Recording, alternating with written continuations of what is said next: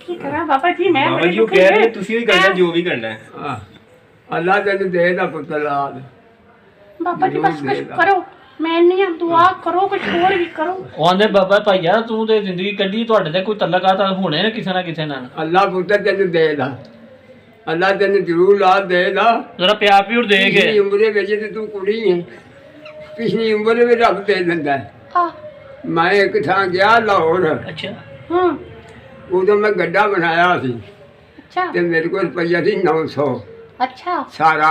ਹੂੰ ਤੇ ਵੇ ਬਾਗ ਵੀ ਸੀ ਹੂੰ ਚਸ਼ਮਾਬਾਦ ਦੇ ਨਾਲ ਹੀ ਛਿੰਦਰੇ ਦੇ ਅਗਲੇ ਹੱਲ ਅੱਛਾ ਰਾਮੀਆਂ ਨੂੰ ਉਰਾਂ ਹੂੰ ਉਹਦੇ ਸੰਡਾ ਤੇ ਮੈਂ ਦੋ ਨਾ ਪੈਰੀ ਇੱਕ ਸੂਰੀ ਦੇ ਪਾਦਰੋਂ ਦੀ ਬਹਿ ਰਵਾਂ ਸੂਰੀ ਥੱਲੇ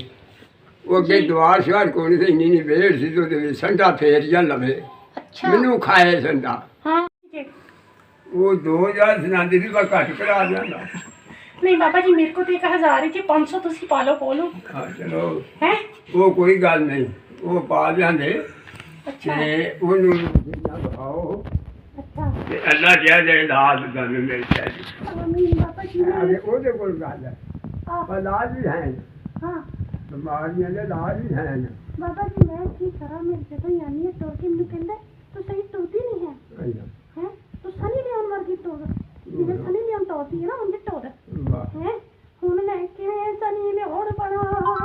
ਬਾਬਾ ਜੀ ਮੈਂ ਬੜੀ ਦੁਖੀ ਹਾਂ ਆਈ ਨਹੀਂ ਤੂੰ ਕਿਤੇ ਹੁੰਦਾ ਨਾ ਜਦੋਂ ਕਰੋ ਬਾਬਾ ਜੀ ਇੱਥੇ ਕੋਈ ਦੁਆਵਾਂ ਕਰ ਛੋੜੋ ਬਹੁਤ ਦੁਖੀ ਤੇ ਕਰੋ।